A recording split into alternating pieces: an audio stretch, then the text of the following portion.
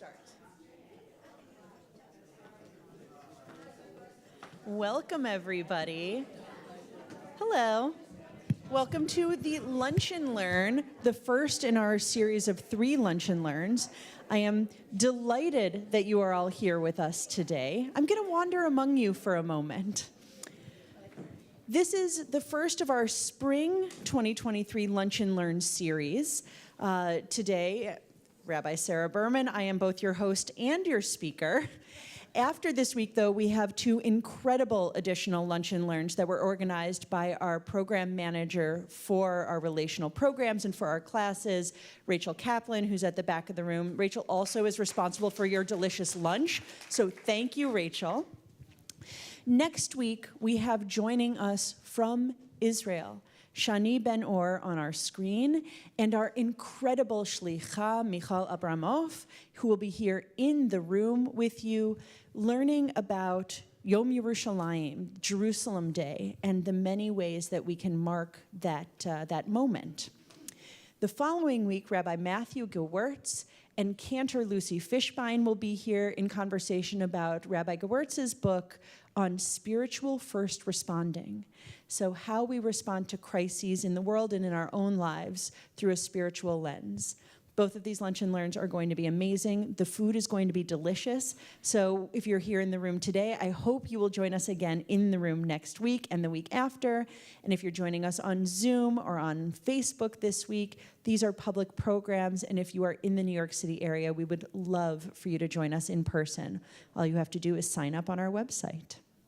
And now we get to focus in on today's topic, the people of the book and the people of the word. I'm going to be talking about Jewish art and writing in our traditions. So you may have heard the term people of the book referring to the Jewish people. This is a phrase that comes to us from the Muslim world. As early as the 7th century, al-Kitab, the people of the book, is used to describe Jews. But if we were to be a little more accurate, we aren't just people of the book, we really are people of words. The words of our stories, the words of our Torah text, the words of our prayers, the words of our folk tales, and the words that we speak to one another, including something as sacred and as personal as a name. Tradition is passed down through words and through stories, but tradition is also passed down in laws and through letters between individuals, through scrolls, through codices, and through books. And so we are a people that surrounds ourselves with words. Words that are written and printed, but also words that are incised, repoussed, inlaid, illuminated, embroidered, painted, and more. So what do these words do for us? Words can protect, words can guide, words can communicate, words can honor, instruct, words can revolutionize, they can narrate and promise, legislate and identify, they can dedicate, they can name, and words can ultimately connect us. So this talk is, I can't say it strongly enough, this is a non-exhaustive look at the ways that Jews have used words and writing in art and in artistic ways from ancient times to the present. And again, I will re-emphasize, this is non-exhaustive. So we'll begin in ancient Israel when the temple still stood. Even when we had a temple in the holy city of Jerusalem, when we were a people that had a single nation, a single border, we were a people that were connected by words. So what we see here are 2 apotropaic amulets, 2 protective amulets. They are silver scrolls that have been unwound in modern times, and both bear inscriptions. They bear the same inscription. They say, Yivarechecha Adonai v'yishmerecha. Ya'er Adonai panav elecha v'yichuneka. Yisa Adonai panav elecha v'yasem lecha shalom. I can't sing it as beautifully as Rabbi Bookdahl or really anybody who sings from our bima, but the words here are the words of the priestly benediction, the Birkat Kohanim, the prayer of the priests, that the words come from Torah that the ancient priests of the temple used to bless the people on public gathering days. These two silver amulets date to the 6th century BCE, and they come from the region of Jerusalem. Now, the 6th century BCE started in a not so fortuitous way for the Jewish people. The Babylonian armies invaded and exiled the elites from Jerusalem and scattered the priesthood and destroyed the temple. But 70 years later, by the late 6th century BCE, the Persian Empire had replaced the Babylonian, and the Persian leaders allowed people who had been conquered by the Babylonians to return to their homelands and reestablish their relationships with their gods. That included the Jewish people. And so this amulet that contains some of our most ancient words of blessing, it comes from a time where Jews were newly reestablished in our land, in a time where Torah was beginning to be publicly heard, not read privately and studied the way that we do today, and I'm looking at so many of my Bible and Bagels friends. But Torah was proclaimed publicly in front of great crowds, the way that the priestly benediction itself was proclaimed publicly in front of great crowds. That the words of Torah in this era, they were lived more than they were remembered. The path to God in this era was through sacrifice and not through prayer and not through study. And that path to sacrifice, that connection to God, ran through the priesthood. And so these words of blessing that were given by priests to the people could have been worn by a priest himself, because they were all men. These amulets could have been worn by a member of the monarchy that was reestablished in Judea upon their return in more of a memorial way than in an actual ruling way. Or these could have been the most precious objects owned by just a Jew on the street, Amcha, just one of the people. There was a complex hierarchy in ancient Israel, but words served to protect in those times. Words spoken aloud were seen as a way of connecting with the divine and connecting with divine protection for the very first time.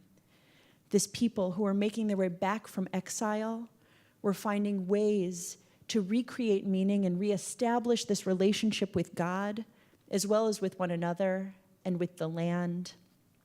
And these words, wrapped up in a tiny silver scroll, really do represent people yearning for that reconnection to the divine that felt so far away or so impossible during those decades of exile. Words can also guide. Here we're looking at the longest scroll that was preserved from the Dead Sea Scrolls. It is a text of Isaiah from around the year 125 BCE. This Isaiah scroll, which contains 57 nearly complete columns of text, is almost the complete book of Isaiah, including all the different voices of Isaiah. We understand Isaiah to be multiple people over the course of multiple centuries. And this scroll that we see here in two photographs, because it's too wide to fit on our screen, this scroll contains words that were intended to guide the reader and guide the person studying these words. With only 400 years of difference between the protective amulet and this scroll, we have seen a shift in the relationship between the people and our sacred texts. Torah has gone from something that is proclaimed at the temple, because the temple is the only place where you can come to meet God. In the wake of that exile, not all Jews returned to Israel, Syro-Palestine, to Judea. Not every Jew returned. Many stayed, quote unquote, in exile or in diaspora in Babylon, which is modern-day Iraq and Iran. For those who stayed behind, they needed to create relationships with tradition, with the people, and with the land of their ancestry. And all of that would connect them with God. So text becomes a central focal point of communal gatherings.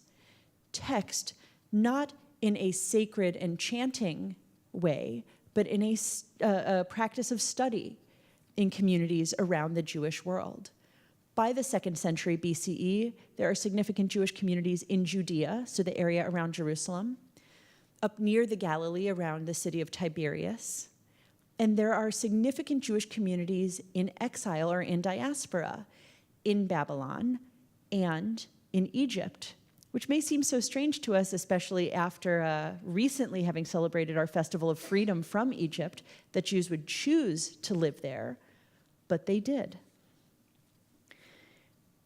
Isaiah is a prophet whose intent was to guide his audience, and later audiences from the 2nd century BCE to today have found guidance in his words by reading it through the lens of our own time. Isaiah is really a prophet who is defined by the dichotomies in his message. He swings, he shifts violently from comfort, from telling his audience that everything is going to be okay if you act in certain ways and if you love God and if you are dedicated to our traditions and to acting rightly. And then he swings to the opposite side and talks about how, you will be punished to multiple generations, and your behavior isn't correct, and you seem to be unable to correct it, and only a few of you ever will be able to correct it. And then he swings back towards comfort. And it's just almost a whiplash of back and forth in Isaiah's words. But all of his words have one goal. It may be hard to remember that when we're reading them.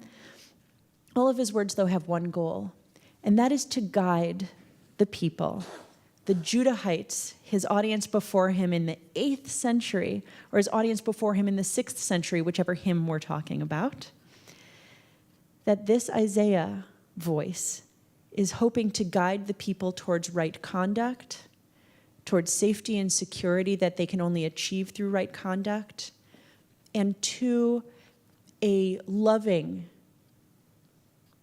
close, and embracing relationship with God. Isaiah was facing times of existential threat. The first Isaiah in the 8th century facing threats from abroad in the form of the Assyrian army and empire.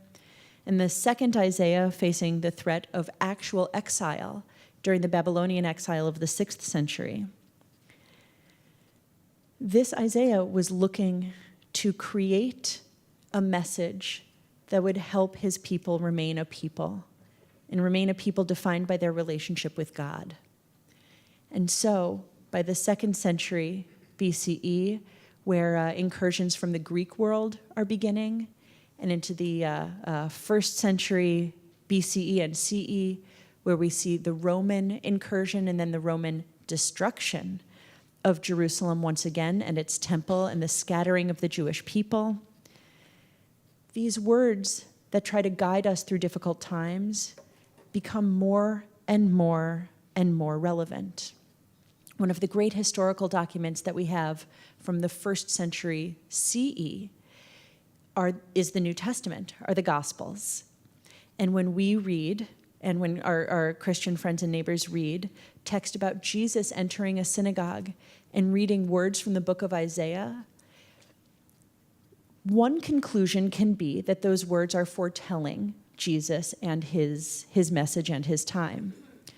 But another way of understanding it, an historical way of understanding it, is that in this time of so much upheaval, Jews were seeking the guidance from a prior period and looking for ways to maintain identity, maintain connection, and maintain a relationship with God, even in the face of all of these incursions.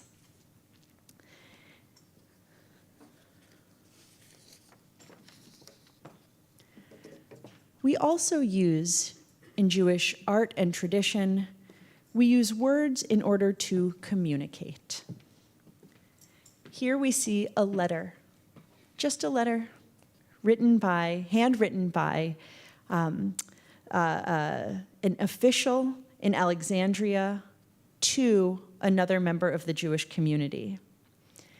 This letter, which came from the Cairo Geniza, a storehouse in the Fustat neighborhood of Cairo, where the Jewish community took their sacred texts and any text written in Hebrew, frankly, took any of those texts that were old, that were no longer usable, that were crumbling, that they wanted to discard, and instead of throwing them out, they collected them in a space in their synagogue, only to be rediscovered in modern times. So this text from the Cairo Geniza is one of the later texts in that, from that archaeological find, and it dates to the 11th century CE. In this letter, the official in Alexandria, named Yeshua ben Yosef, he was writing to a wealthy communal leader named Nahrai ben Nisim. So Nahrai, who is the son of miracles. So Yeshua, the official, is writing to raise money to free 3 Jews who were being held by Italian pirates. These pirates had acquired their human cargo from Byzantine pirates, and now they were ransoming them back to their community. These pirates, either the Byzantine or the Italian ones, had beaten and almost killed their captives. So the Jewish communities in Egyptian port towns like Alexandria, they were the first point of communication for any seafaring brigand. And I can't believe that I just got to use that phrase just in complete earnestness. But it was those coastal Jewish communities, especially in Egypt, that bore the brunt of these calls for ransom, because they were literally the first port of call for the pirates. And so Jewish communities would often fundraise for the redemption of the captives. One of the 3 highest level mitzvot that we can perform, of course, every mitzvah is equally important. And according to rabbinic tradition, there's really one that rises above all other mitzvot. And that is the mitzvah of redeeming captives. Redeeming captives doesn't just mean letting people go free, as we talk about Egypt and our going forth from slavery into freedom. Redeeming captives comes with a cost, a literal price tag. Paying the ransom for these captives is the way that you free them. And so, helping free co-religionists, helping free other Jews during wartime or from acts of piracy, this isn't a theoretical mitzvah. It is an actual, applied commandment that is being lived in the medieval period by Jewish communities across the Mediterranean. This was a long-distance letter carried from a member of the Alexandria community to a recipient, likely in Cairo or in that area, which is how the letter ended up in the Geniza. This letter that tells this touching story, this story of trying to free our people, a letter written in Egypt about freeing our people. It also tells another story. This letter isn't written in Aramaic or in Arabic, which is already the lingua franca by the 11th century. This letter is written in Hebrew. It is a way for one Jew to communicate with another Jew without their communication being subject to unwanted prying eyes along its journey. This shared language also crosses time and not just space. Here we see Hebrew allowing two Jews across Egypt to communicate with one another. But we today can also learn from this letter, and if we have the ability to read medieval Hebrew writing, which not all of us do, if we have that ability, we will recognize the words, we'll recognize the roots, and we'll recognize the messages, even today. The letter also communicates shared values as a people. This letter references the mitzvah of redeeming the captives. This letter tells us that that is explicitly what the writer was seeking the recipient's help in doing. There's shared language, there's shared tradition, there's shared values.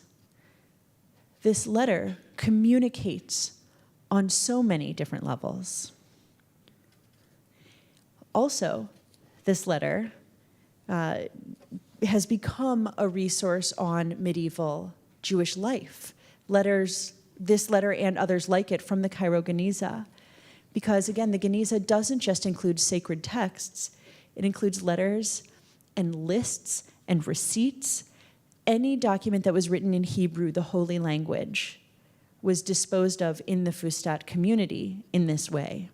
And so we've learned so much about the lives of the people living in this time because of the preservation of these discarded words.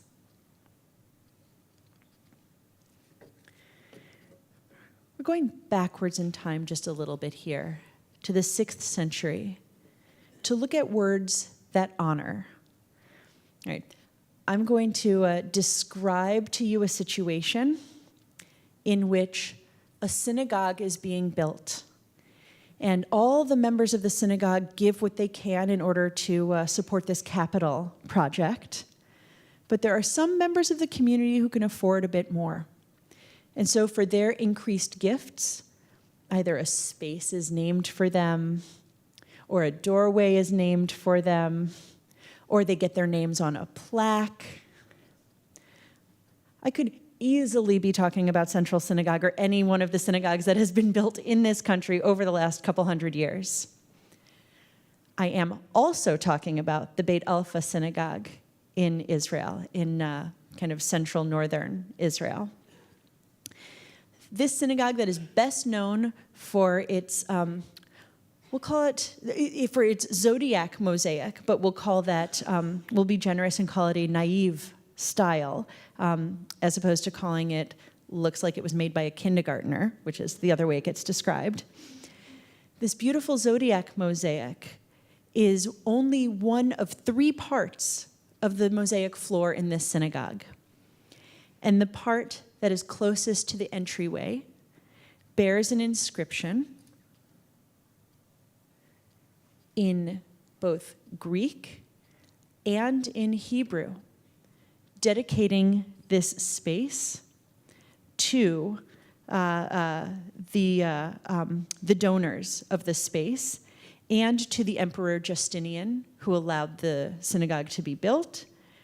It was funded by communal donations, and it was made by Marianos and his son Hanina. This is a dedicatory inscription so similar to any that you would see in the back of a sanctuary in any synagogue in this country. There are 2 dedicatory inscriptions, one in Greek and Hebrew and one in Aramaic and Greek. And so the inscription was destroyed partially over time, but the partial destruction or the wear and tear on the synagogue didn't cause for it to stop being used. It simply allowed later generations to fill in the gaps with a blank space, but allowed the floor to remain level and to continue being used. And interestingly, if we had half of a wall missing, our instinct might be to knock down the rest of the wall and rebuild it as a complete and unmarred wall. But this floor, only the missing pieces were removed and filled in with blank tesserae, filled in with blank mosaic tiles. The rest of the inscription was allowed to remain because the donations, and honoring the donors, honoring the builders, and honoring the emperor who allowed all of this to happen, remained important even generations later. We all have that instinct to save our names for posterity. Unlike the letter, where the letter writer and the letter recipient thought that that letter was being discarded by being put in the Geniza, here, the donors and the artisans really knew that by putting their names into stone, by putting their names into this mosaic floor, they were preserving those names for all posterity.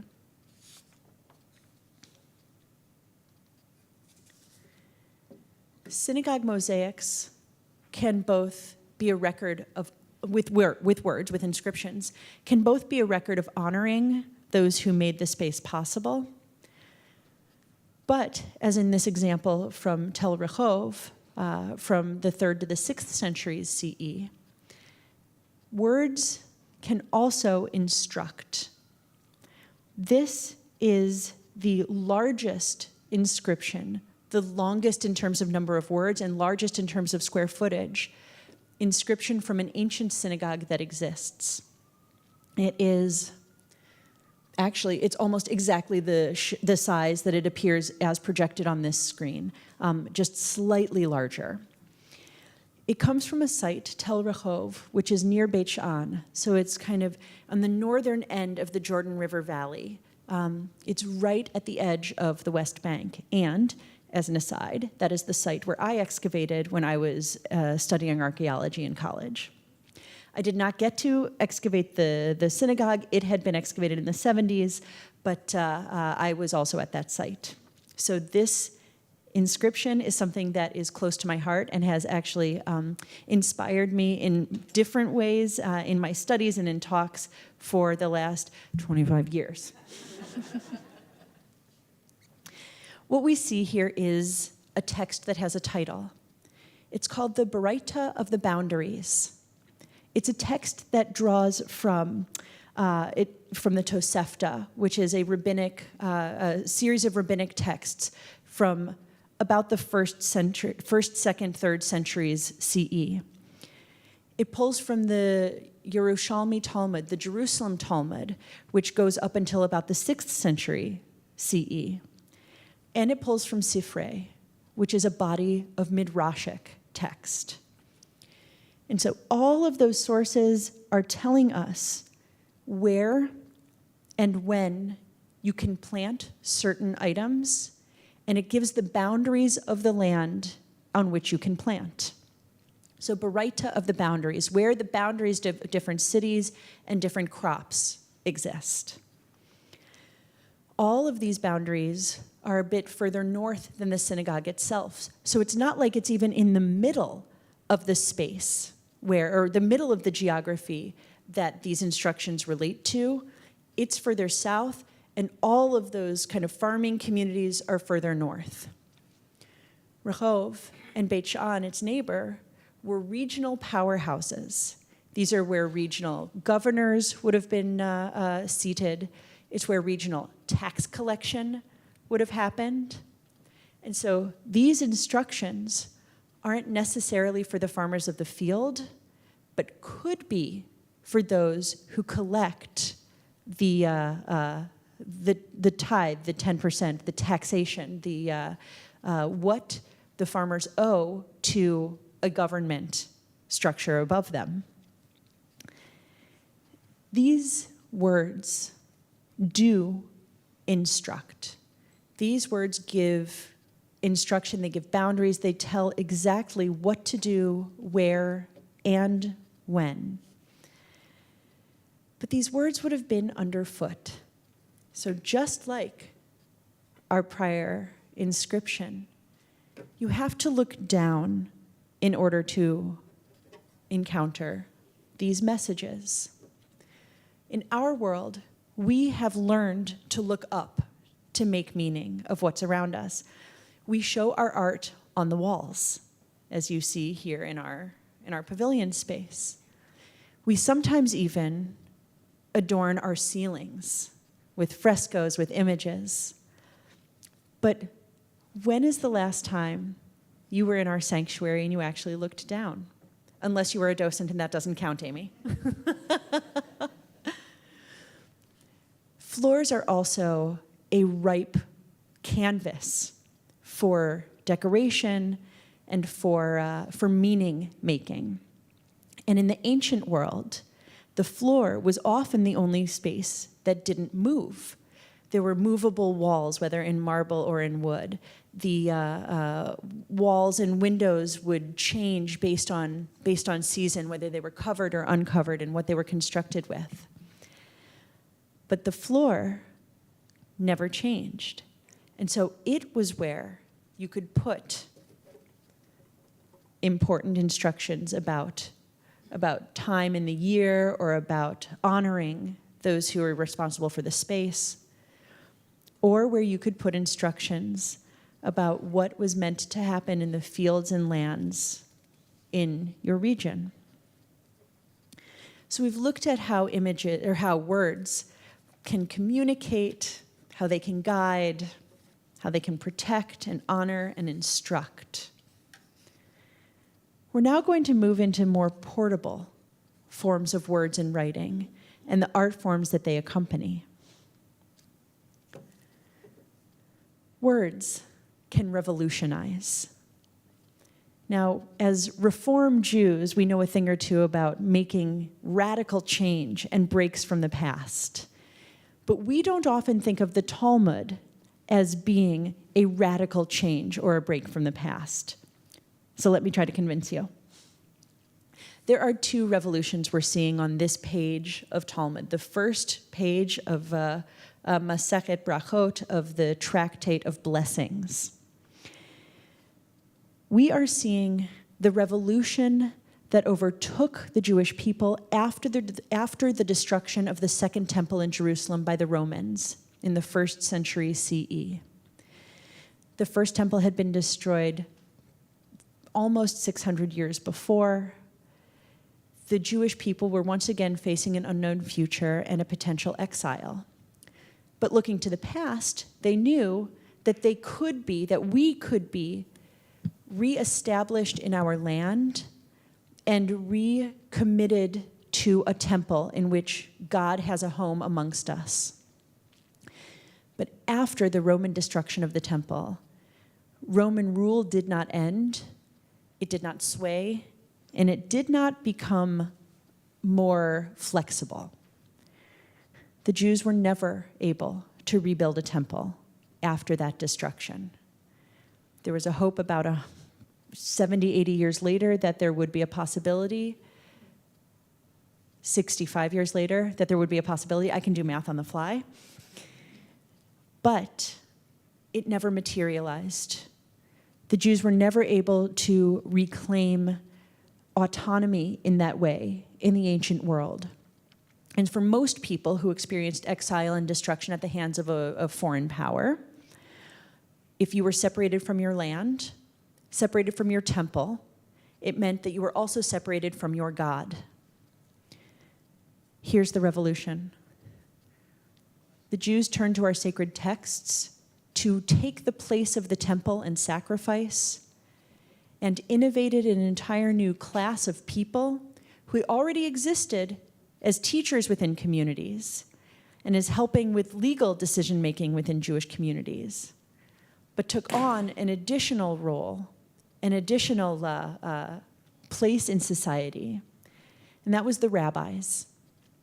The rabbis and their innovations that brought prayer into a personal sphere, that committed entire communities to study, that as a class the rabbis really pushed forward Jewish tradition in new ways, ways that could be practiced without a temple and without a nation.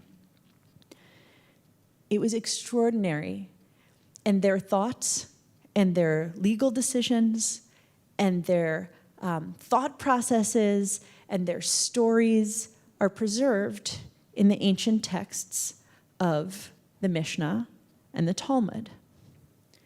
Here is the first page of the first section of Talmud.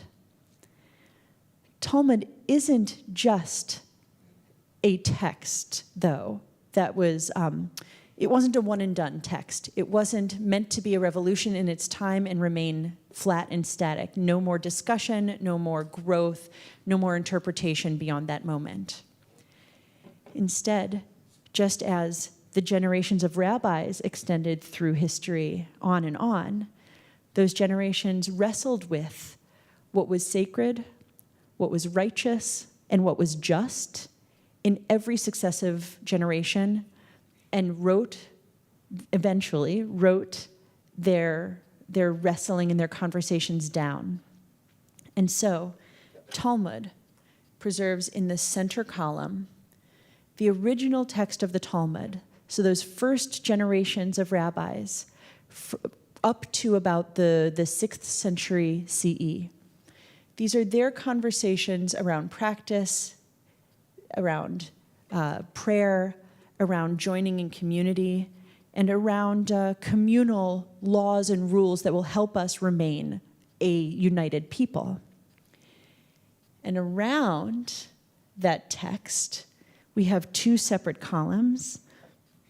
We have two separate columns of later commentaries that show us that the meaning of this text changes with time and changes with context, and that our rabbis, ancient, medieval, and modern, all knew that.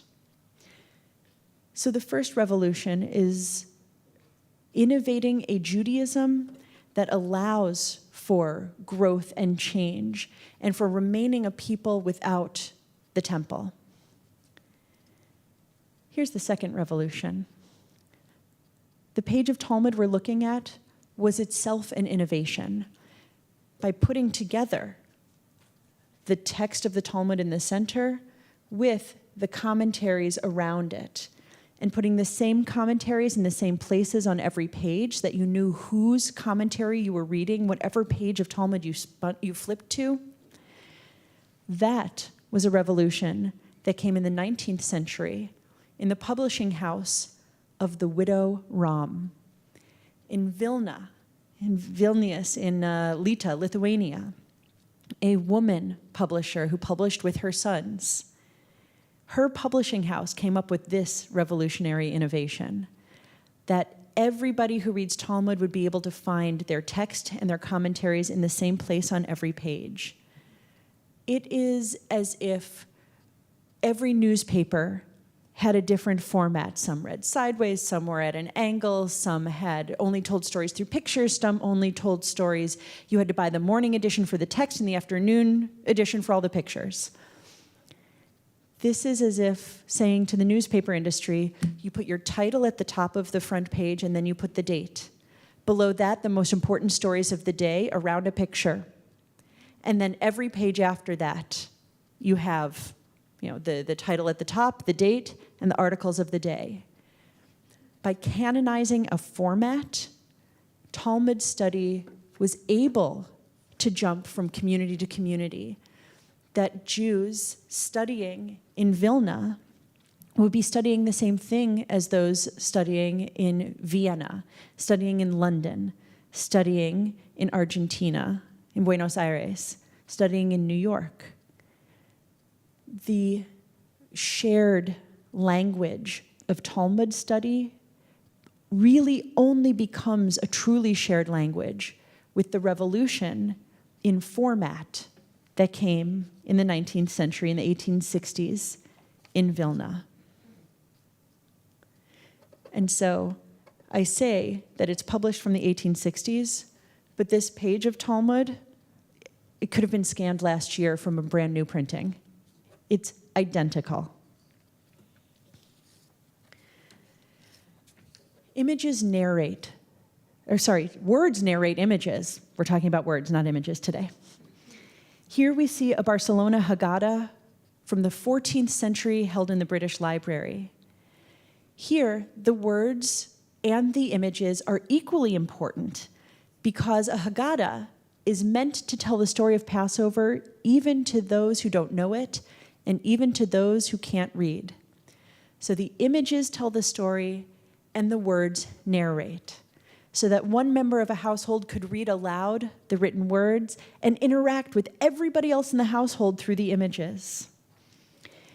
Barcelona in the 14th century is a hotbed of artistic influence from one community on another, from the Christian community on the Jewish community, and back and forth. This is a Catholic setting, not the Muslim setting of southern Spain. What we see here is incredible because it is a vocalized script. So anybody in this room who has studied Hebrew can read the block Sephardic script and the vowels underneath and beside, and can make out the words on the page. The very first word in the text is hallelujah. And illuminated in the illustration above, it says hallelujah. Narrating stories for those who are both literate and pre-literate is a really powerful way that words are used in Jewish tradition. Because we have such value placed on literacy and on making sense of words and their meanings, illustration is actually harder to come by in our communities than the words are. But the illustrations are almost a promise to those in a household, the children, sometimes the servants, that what you see before you could be yours, can be yours, when you learn to read these words as well. We use words to promise. This is a ketubah, a marriage contract. It's written in Italian, and it is from the year 1691, a contract between Isaac, son of Samuel Shalom, and Rachel Pinso, daughter of Abraham ben Israel. This is from Venice. And around the words, we see a landscape with angels and architecture and pastoral iconography. All of the images are the fulfillment, the visual fulfillment of the promises made in the text itself, promising a life of companionship and abundance, promising certain payments, certain levels of wealth from the wife's family to the husband and from the husband to the wife. These words of promise are in fact a contract, promising property. But the illustrations remind us that that promise of property comes with emotional, idealized even, emotional promises as well. This is another revolutionary document, in fact, a marriage contract that protects the interests and the property of a wife entering a marriage. Today we see the traditional text of a ketubah as old-fashioned, as perhaps sexist. But when these words were first innovated, when the words were first introduced within Jewish communities, the marriage contract really existed in order to protect both parties. And when we move beyond that legal language, the words remind us that it's not just a promise of property, it's a promise of relationship.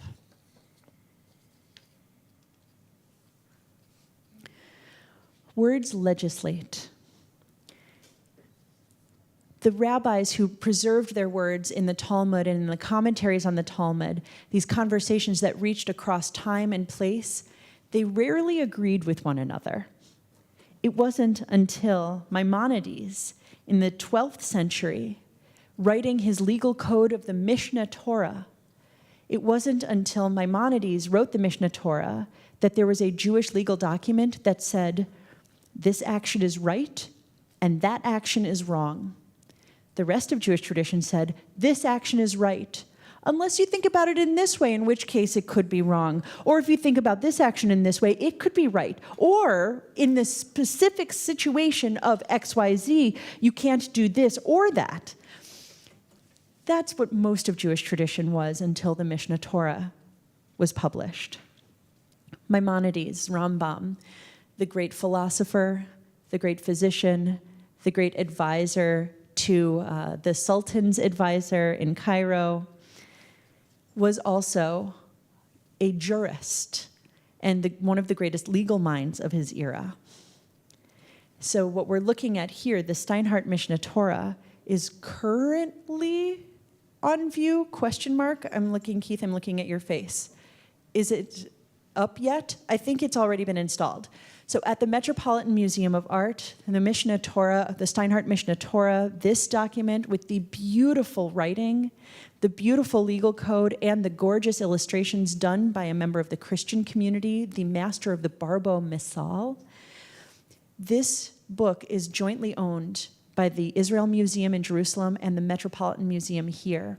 They saved it from being sold into private hands at an auction at Sotheby's a number of years ago. I think it was 2016, 2015.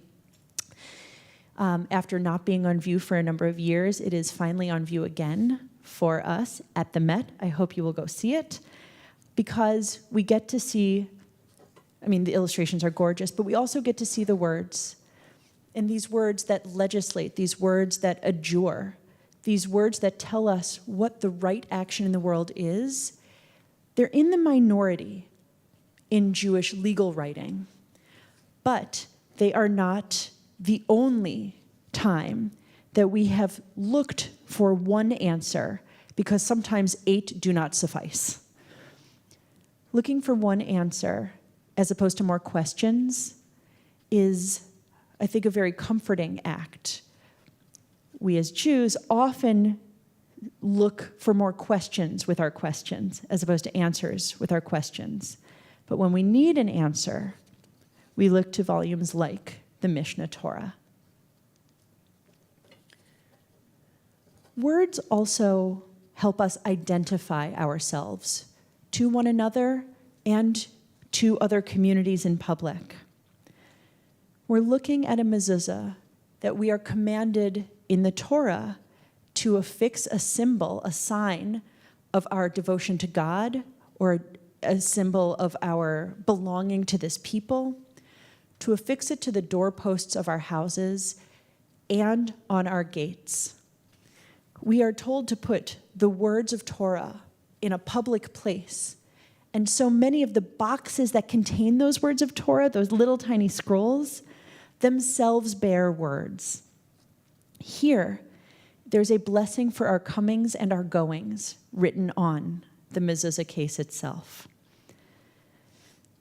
But we put these on the doorposts of our houses, which, in our quest for more questions from our questions, is the doorpost of the house outside the house, or is it inside the house? The doorpost could be before the door closes or after the door closes. But our V'ahavta prayer, our Torah text, tells us that we are supposed to place this symbol of our belonging to the Jewish people on the doorposts of our houses and on our gates. That is a signifier that is pointing us towards putting these markers outside of our homes. It's not a private declaration of faith. It is a public declaration of belonging. And this mezuzah, like so many mezuzah cases, bears words on the outside, words that connect us to God through one of God's names, El Shaddai, with a shin or the word Shaddai, or with the actual words of prayer on this case from Germany, from the probably late 18th century, could be early 19th century, for our comings and our goings. We are Jewish, and we connect through our tradition and its commandments and through these words. And it's a thing that we do publicly. We're coming to our final 3 images here. Here we are looking at words that dedicate. This is a curtain that would have protected Torah scrolls when they were not being used. It's like the ark doors, but a little bit more flexible, a little more movable. Like the donor inscription from Beit Alpha, from that ancient synagogue, the parochet, the Torah curtain, is a place to retain the name of benefactors to the shul. And in this case, the donor is a woman. Frequently, when we look at parochot, at these Torah curtains, when we look at the mantles that go on Torah scrolls themselves, breastplates, crowns, yads, we don't see the name of the most important men in the community. We see the names of the women who are dedicating in memory of their late husbands, who are dedicating in honor of the birth or marriage of one of their children. So here we have women who, until really the 19th century, in most communities around the Jewish world, were not allowed to approach Torah, dedicating the honorifics, dedicating the garments, dedicating the objects that beautify the Torah for everybody's experience. Women taking their place alongside Torah through their names, if not through their bodies. So this Torah curtain, I feel like just for kavod, for respect, we should say her name out loud, was donated by Marat Sarah, Sarah, the wife of Joseph Joshua. And this Torah curtain preserved both her good acts and her support of her community, but also her name and her presence in that Jewish community in perpetuity. So by dedicating, we have words that help us remember who was important in our communities. Words help us name ourselves, name our children, give nicknames to our grandparents, sometimes help us rename ourselves through gender transition, through conversion. There are so many different ways that we name and rename ourselves. And our relationships to our names are so important and so personal and are not always comfortable. So how many of you heard the Babi Maisa, heard the old wives' tale, that your family's name was changed at Ellis Island? Babi Maisa. Many of us have heard that. Names actually being changed at Ellis Island was exceedingly rare and was almost never done by the officials at that site. The name changes most frequently happened at the port of debarkation in Europe, and it was a choice made by the person getting on the ship. Either a choice by not knowing how to spell their name to the officials, or a choice thinking, none of these immigrants came without knowing anybody here, almost none of them. And so in their letters, they may have learned that the way you get ahead is by changing your name. And that's where you did it. But there are also misspellings that happened at Ellis Island. That was not rare. Alternate spellings. And choosing to change your own name either before or after our ancestors reached that port. Name changes did happen. Naming is the first way that humans exerted their humanness in the Torah. God asks Abraham to name the animals. And giving a name to an animal, just as giving a name to yourself, which is the last name Adam is asked to give, according to the Midrash, giving a name is one of the most powerful acts that we can take. And when you think about it, a name is another word. How many of you are named for an ancestor, either with the full name or a letter? That is almost every hand in the room. Names carry power. They are words with very specific meanings. Sarah in Hebrew means princess, but it also means Shirley, who was my grandmother who died before I was born. it's a meaning that's specific to me. So there's the shared meaning of, any Gail in the room. Gail has a meaning, but your Gail has a specific meaning for you and for your family. This work is in the collection of the Jewish Museum and was actually on view in their exhibition about 10 years ago called Too Jewish. It's by Ken Aptekar, saying that he hates his own name. And those identities that we carry with us that may not be in our control. Naming and renaming has power for good and power for challenge, for sorrow, for sadness. Words also have the power to connect. Words have the power to connect us to one another, to the past, to our traditions, to our people who once lived, who live now, and who will one day live. Here is our final object, the Codex Sassoon. It's a Tanakh. It's a hand-bound, handwritten manuscript from the 9th century, possibly early 10th century, from Israel or Syria. This is the oldest and most complete Hebrew Bible that exists in the world. And for who knows how long, certainly for the next week and a half, this is an object that the public has access to before it possibly disappears into private hands after a sale at Sotheby's. I know that some of you are joining me in our smaller group after this to see the Codex together this afternoon. This Codex, its own history, it comes from it was owned once by the Sassoon family, the great Jewish dynasty of Baghdad and of Bombay. It is, and if you would like to know more about the Sassoon family, the current exhibition at the Jewish Museum, I highly recommend. There's so many good things to see in New York right now.